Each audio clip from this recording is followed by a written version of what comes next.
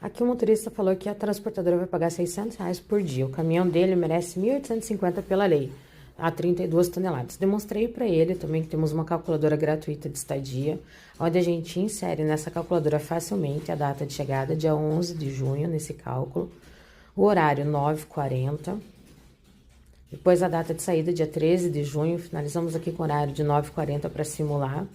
Colocamos 32 toneladas, que é a capacidade do caminhão, já tem um campo de 2,41, que é o valor da lei, e embaixo você pode colocar o valor para acordo. Aqui propomos R$2, em seguida calcular. Vai demonstrar o tempo de espera, 48 horas, e 3.700 o valor da lei, e 3,72 a estadia a R$2, na nossa calculadora gratuita disponível pela Ranalli Advocacia.